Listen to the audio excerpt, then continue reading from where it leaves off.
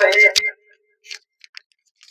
यहाँ पर आए हुए तमाम उलमाए कराम, हुफ़ाज़े कराम, हुज़्ज़ाज़े कराम, मुअज़्ज़ज़ हज़रात, हाज़िरीन मजलिस, पर्दा नशी मेरी माँ और बहनें, मैं सबको दिल की गहराई से इस्तकबाल करता हूँ, हार्दिक अभिनंदन करता हूँ।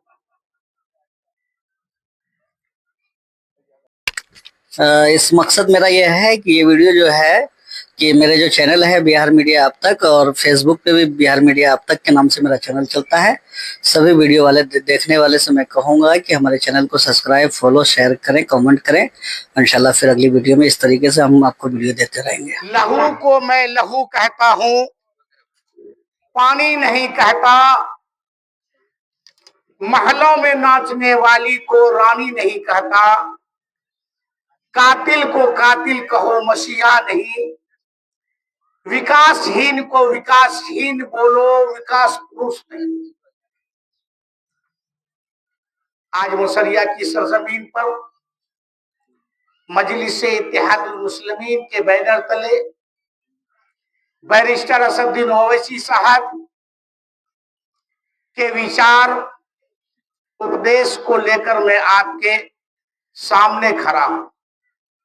सबसे पहली बात, मजलिस क्या है और बैरिस्टर असदुद्दीन क्या है? दबे कुचले वंचित मजलूमों की आवाज मजलिस है और बैरिस्टर असदुद्दीन ओवैसी है। सभी लोग आए दिन इल्जाम लगाते हैं कट्टरपंथी का, लेकिन बैरिस्टर असदुद्दीन ओवैसी साहब हालिया पुलवामा घटना में ये साबित कर दिया कि मजलिस के लोग और बैरिस्टर असदुद्दीन ओवैसी साहब कोई कट्टरपंथ नहीं है, वो बल्कि मजलूमों की आवाज है और हिंदुस्तान की आवाज है और हुब्बुल वतनी उसके दिल में है। जिस दिन ढाका में घटना हुआ, एक सभा हुई, सबसे पहला बैरिस्टर असदुद्दीन ओवैसी साहब है जो मुसलमानों में, उसने एक आवाज लगाई कि पाकिस्तान मुर्दाबाद, हिंदुस्तान जिंदाबाद। उस दिन एक बात हमारे हिंदू समाज के लोगों को समझ में आई कि जिस आदमी को हम लोगों ने कट्टरपंथ समझा, हिंदुओं का दुश्मन समझा, वो आदमी हकीकत में देशभक्त है। और उस आदमी को हालिया सरकार ने एक बड़ी पार्लियामेंट के टीम का नुमाइंदगी के लिए 52 देशों का एक तरह से विजिट करने के लिए और पूरे हिंदुस्तान के संदेशों को पहुंचाने की पूरी जिम्मेदारी सौंपी। इस कड़ी में बैरिस्टर असदुद्दीन ओवैसी साहब गए, पूरी दुनिया में हिंदुस्तान के बारे में शांति का संदेश भी, और तब लोगों को समझ में आई कि बैरिस्टर असदुद्दीन ओवैसी साहब क्या है। अब भी कुछ लोग कह रहे थे कि हमारे हिंदुस्तान में बहुत सारे बैरिस्टर भी आए, उनमें से एक नामवर बैरिस्टर अभी के समय में बैरिस्टर असदुद्दीन ओवैसी साहब। अब मैं चूंकि आजादी के 79वें साल में आपको ले चलता हूं, और इस 79वें साल के अंदर इस विधानसभा में भी कई चुनाव हुआ, कई राजनीतिक आए, कई लोगों ने यहाँ की इक़्तिदार में रहा और इस जो की हार से अपनी नुमाइंदगी भी किया। आखिर जो लोग यहाँ पहले थे वो लोग आज क्यों कहते हैं कि भाई, अरे भाई बंद करिए, वो लोग क्यों कहते हैं कि सबको लोगों ने यहां पर सीमांचल को ठगा? एक बात बोलता है और बड़ी बेरहमी से बोलता है कि सीमांचल को सब लोगों ने ठगा। मैं उन लोगों से पूछना चाहता हूं कि आखिर उन 70 साल में 56 साल अकेले तस्लीमुद्दीन साहब के परिवार को दिया, आखिर ठगने वाला कौन आया? और एक बात बोलता है कि भ्रष्टाचार चरम सीमा पर। कौन रहा है? किसके जमाने में ये भ्रष्टाचार आया? सवाल तो पूछना होगा। आज 7 साल पहले आप स्वयं सरफराज आलम था, उससे 20 साल पहले तक सरफराज आलम की कयादत रही, उसके बाद शाहनवाज आलम की कयादत। फिर भ्रष्टाचार किसके रीजन में आया? कहीं न कहीं वो आदमी गुमराह करना चाहता है कि यहाँ की पब्लिक मेरी असली चेहरे को जान जाएगा, इसलिए इस बात को वो बड़ी तेजी से और मजबूती से कहता है कि ताकि लोगों की जहन 20 साल बाद वाले इलाके में नहीं जाए। कहीं न कहीं वो हम लोगों को गुमराह करना चाहता है। आखिर कहां से भ्रष्टाचार आया? आज 7 साल में भ्रष्टाचार आया है। आप उस दिन को याद करिए, 2 सरकारें आई, उसके जमाने में एक आरजेडी की सरकार आई, एक जदयू की सरकार आई। दोनों सरकार में आप सब शामिल रहे, एक सरकार में आप मंत्री भी थे। फिर ये क्या से बात आ गई, सब लोगों ने ठगा या विकास नहीं हुआ? क्या ये 7 साल में विकास नहीं हुआ? बल्कि मैं कहता हूं उस 20 साल का हिसाब छिपाने के लिए ये बात कही जा रही है कि विकास नहीं हुआ, सबने ठगा। दरअसल इस इलाके को यही दोनों भाइयों ने ठगा। अपनी कमी को छिपाने के लिए बात कही जा रही है। और एक बात कहता है कि मैं चंद दिनों में यहां पर एक मॉडल जो कि हाट बना दूंगा। जिस आदमी को 20 साल मिला, 20 साल में आप विकास मॉडल जो कि हाट नहीं बना सके, क्या आपसे उम्मीद करेगा लोग कि आप चंद दिनों में एक विकास यानी मॉडल जो कि हाट बना देंगे? कहीं न कहीं फिर ठगने की कोशिश की जा रही है। क्या आप 20 साल में नहीं बनाए? और कहता है कि जनता का राज हो जाएगा, जमहूरियत है, और कहता है जमहूरियत में आप सभी लोग मालिक हैं। क्या वो 20 साल में ये लोग मालिक नहीं थे? उस समय जमहूरियत नहीं थी। जमहूरियत 1947 15 अगस्त में जब हिंदुस्तान आजाद हुआ, 1950 26 जनवरी में जो मेरा संविधान बना, उस समय से जमहूरियत लागू है। ये नई बात कहाँ आ गई कि जमहूरियत में जनता मालिक है? जनता मालिक नहीं, जनता को उस वक्त भय में रखा जाता था और डर के माहौल में रहता था। और अगर उसके सामने कोई बात कोई रखने की जरूरत करता था, अगर उनके मन के खिलाफ होता था तो उन पर केस करा दिया जाता था, उनके जेल के सलाखों में उसे भेज दिया जाता। आप याद करिए, एक मुजफ्फर मुखिया गिरदा का था, वो आदमी में सच्चा कहने की हिम्मत थी और ताकत भी थी। उसका हश्र ये हुआ, उस आदमी को अररिया थाना में केस करवा के रातों रात जेल भेज दिया। इस इलाके के एक मर्द मुजाहिद प्रोफेसर अख्तर साहब भी थे, उस आदमी को भी किडनैप केस करके हरास करने की कोशिश की। ये साजिश थी कि जो लोग भी इनके सामने आवाज उठाने की जरूरत थी, सबकी आवाज को कुचलने की कोशिश की गई। कहीं न कहीं एक दबंगई का राज था, जिसे लोग आज पुराने यादों में जंगल राज से भी जाना जाता है। कहीं न कहीं सभी कमियों को छिपाने के लिए आज कहता है कि मैं चंद दिनों में भ्रष्टाचार खत्म कर दूंगा और चंद दिनों में मैं जोकीहाट को मॉडल जोकीहाट बना दूंगा। 20 साल में नहीं बना सके आप सभी लोग चुनाव के समय में सभी लोगों को गुमराहियत की तरफ ले जाता है। बहरहाल एक बात अभी हालिया जलसा में मोहनिया में कहा कि कोई आता है मदरसा की बात करता है, कोई मस्जिद की बात करता है। हम किस कौम से मुंसलिक हैं? मेरी अकीदा कहां पर है?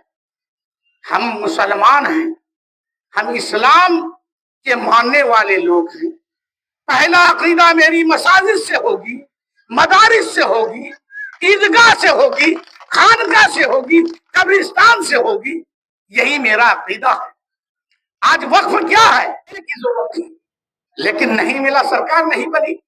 जब हम 15-20 जीत जाएंगे तो बगैर हमको सरकार में लिए हुए कोई सरकार नहीं बना सकता है। जब सरकार नहीं बना सकेगा तो सरकार गिरेगी, और सरकार बनेगा हमारे खिलाफ कोई मेरे शरीयत के खिलाफ कानून नहीं ला सकता है, वो नाफिज नहीं हो सकता है, वो कानून नहीं बनेगा।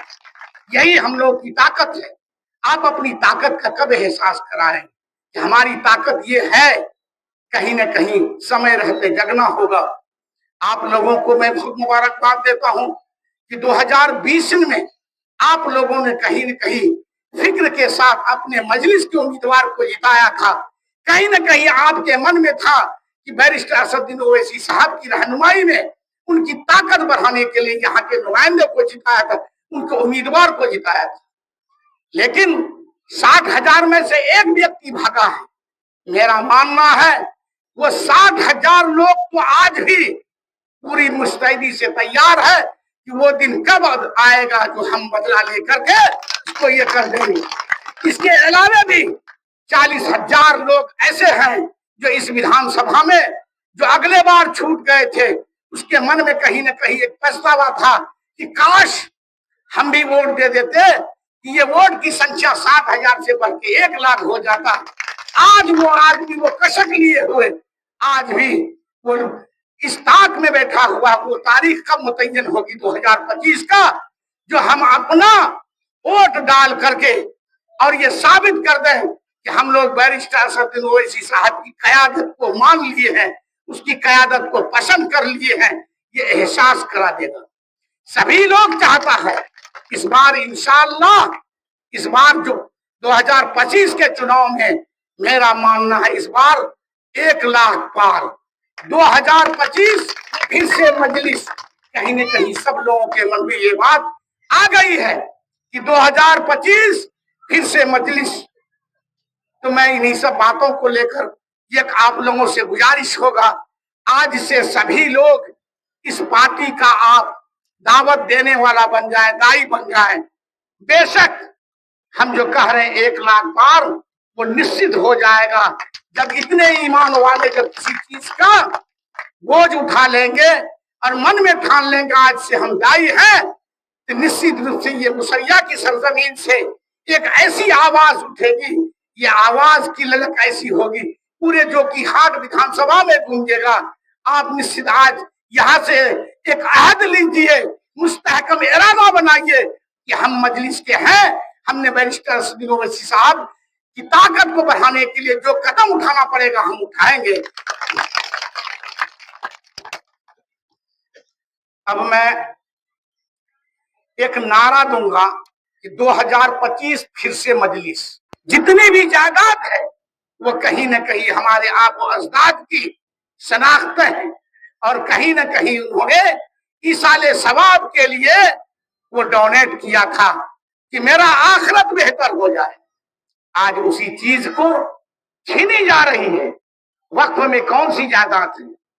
चाहे ईदगाह है, कब्रिस्तान है, खानकाह है, इमाम बाड़ा है, मदारिस है, मस्जिद है। कहीं न कहीं ये सभी चीजें हमारी जज्बात से जुड़ा हुआ, हमारे मन में होता है कि हम मस्जिद जाए, मेरा आखिरत वही बेहतर हो सकता है, वो मेरा जज्बात है। कहीं ना कहीं मदारिस से यह जज्बात जुड़ा हुआ है कि मेरे बच्चे जाएंगे वहां पर और हमारे दीन की तालीम लेंगे, उसका आखिरत बेहतर होगा, और उनके वजह से अगर मेरे इसमें कुछ कमियां रह जाएगी वो बेहतर हो जाएगा। वो मेरा एक जज्बात है, हमारी आखिरी वक्त में ख्वाहिश रहती है। ये कब्रिस्तान क्या है? आखिरी वक्त में हम ये तवक्का रखते हैं कि हमारी मौत होगी, इन्हीं कब्रिस्तान में जाएंगे, और वहां से मेरा जज्बात जुड़ा हुआ है। कहीं न कहीं बहुत लोग हैं, आज भी जो मज़ारात है उनके मानने वाले लोग हैं, मकबरा है उनके मानने वाले लोग हैं। अगर बैरिस्टर साहब मस्जिद की बात करते हैं, कब्रिस्तान की बात करते हैं, तो आप बोलते हैं बड़े बड़े जलसे में कि कोई मस्जिद की बात करता है, कोई मदरसा की बात करता है। अरे हमारा वो अकीदा है, हम इस्लाम के मानने वाले लोग हैं, अल्लाह का खौफ मेरे अंदर है। हम मरते दम तक अपने मस्जिद और मदारिस की बात करते रहेंगे। आप उसको काटते हैं हर जगह जब भी जरूरत होती है। कभी वो सभी वक्ता भी कह रहे थे कि हमारे ऊपर जब भी कोई हम लोग के शरीयत के खिलाफ कानून लाया जाता है और कोई ऐसा एक्ट लाया जाता है जो हमको परेशान करने की साजिश की जाती है, जैसे सीए एनआरसी था, कहीं न कहीं वो हमको परेशान करने की साजिश थी। 3 तलाक था, मेरे शरीयत के खिलाफ था। इन मामले में कौन बोला? एक बैरिस्टर असदुद्दीन ओवैसी साहब। वही कहता है कि आप उसका बिल फाड़ने से क्या हो जाएगा, आप याद करिए, बहुत लोगों को गुमराह करता है। एक आदमी मुझे सवाल किया हाल में कि और कोई करता तो उसको उस पर केस हो जाए। कहीं न कहीं इन लोगों को सिखाया हुआ। आप याद करिए, बैरिस्टर असदुद्दीन ओवैसी साहब ने क्या कहा कि लंदन में महात्मा गांधी ने बिल को फाड़ा था, मैं भी बिल को फाड़ रहा हूं। कहीं न कहीं उस बात को याद दिलाया कि जमहूरियत में वो हमें ये एक तो ये हासिल है कि हम अगर जो जमहूरियत से बाहर कोई बात ऐसी लाए जाए तो उस कानून को गांधी जी ने फाड़ा था, मुझे भी ये हक हासिल है, हम फाड़ सकते हैं। इस वजह से उस पर केस नहीं होता। और जितनी भी बातें वो करता है सदन में, कहीं न कहीं किसी एक्ट का और कानून का जो दफा है उसका हवाला देके करता है। अभी वक्फ में 3 दिन तक बहस हुई। बहुत सारे हमारे जिसको हम लोग पहले वोट दिया, उन लोगों के जो सरपरस्त यानी सरबराह था, किसी ने आवाज उठाने की जरूरत नहीं की। चाहे राहुल गांधी नहीं बोले, प्रियंका गांधी नहीं बोली, इमरान प्रतापगिरी को बुलाते हैं। क्यों बुलाते हैं? कहीं ना कहीं आपको डर है कि इनका मुसलमानों का वोट हम बहका के ले सकते हैं, हिंदुओं का नहीं लेंगे। अगर हम हिंदुओं ये बात रखते हैं वक्फ की बात, तो हिंदू वोट हमसे हट जाएगा। तो आप मुसलमान वोट को अपनी जागीर समझ लिए कि ये मेरी विरासत की मिली हुई है। तो सभी लोग इस बात हमारी आवाज नहीं उठाता है।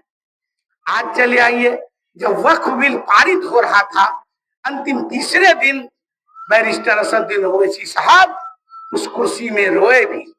कहीं न कहीं इस कौम और मिल्लत के लिए फिक्र था उसके अंदर कि मेरा आने वाला मुस्तकबल क्या होगा। कहीं न कहीं इस मुस्तकबल का खौफ उनके डर में था कि आने वाला नस्ल हमसे पूछेगा, हम सभाओं से पूछेगा, जो मेरे शरीयत के खिलाफ जो कानून लाया जा रहा था, आप क्या कर रहे थे। तो सभी लोग जब भी मुखालफत करने की बात हो, एहतजाज करने की बात हो, सभी लोग इसका हिस्सा बने, ताकि एक तारीख हो और कहने की भी बात हो कि हम लोगों ने उसका एक हिस्सा बने। लेकिन हमारी बात नहीं रखी गई।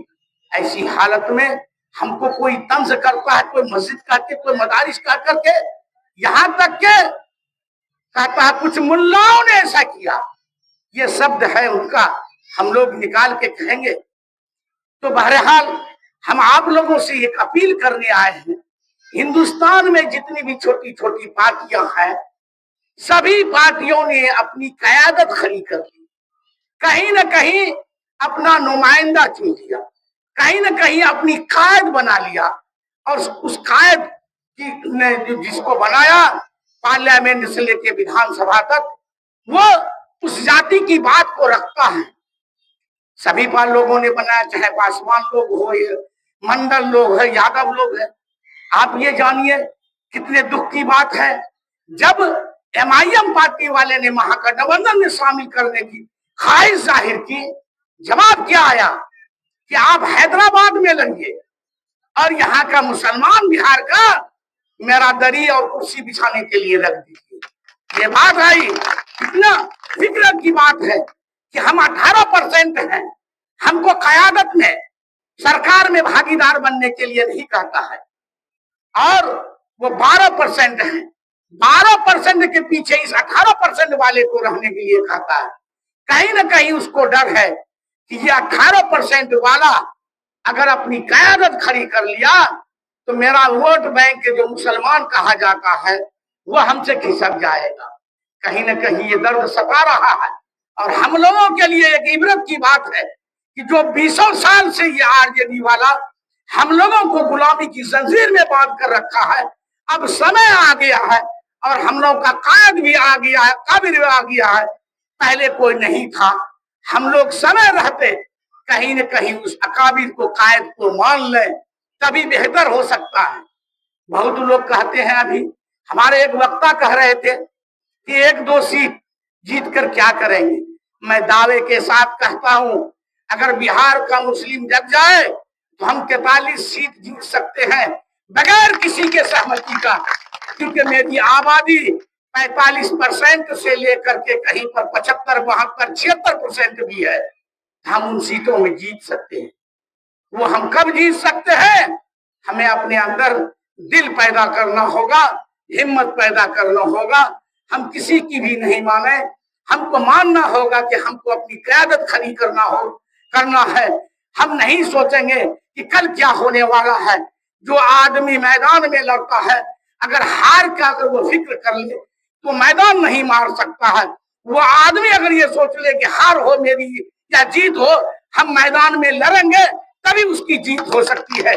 ये सभी मुसलमान भाइयों के चाहने से हो सकता है।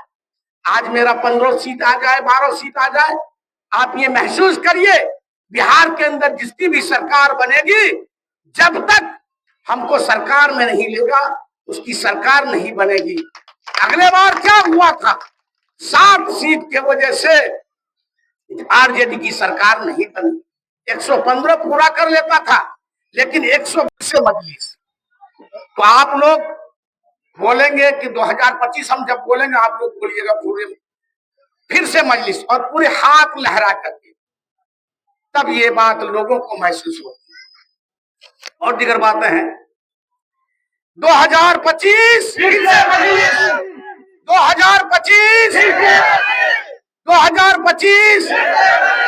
पतंग छाप, पतंग छाप, पतंग छाप। Barrister Saddam Owaisi, barrister Saddam Owaisi, barrister Saddam Owaisi, Akhtarul Iman, Akhtarul Iman. पतंग छाप, पतंग छाप।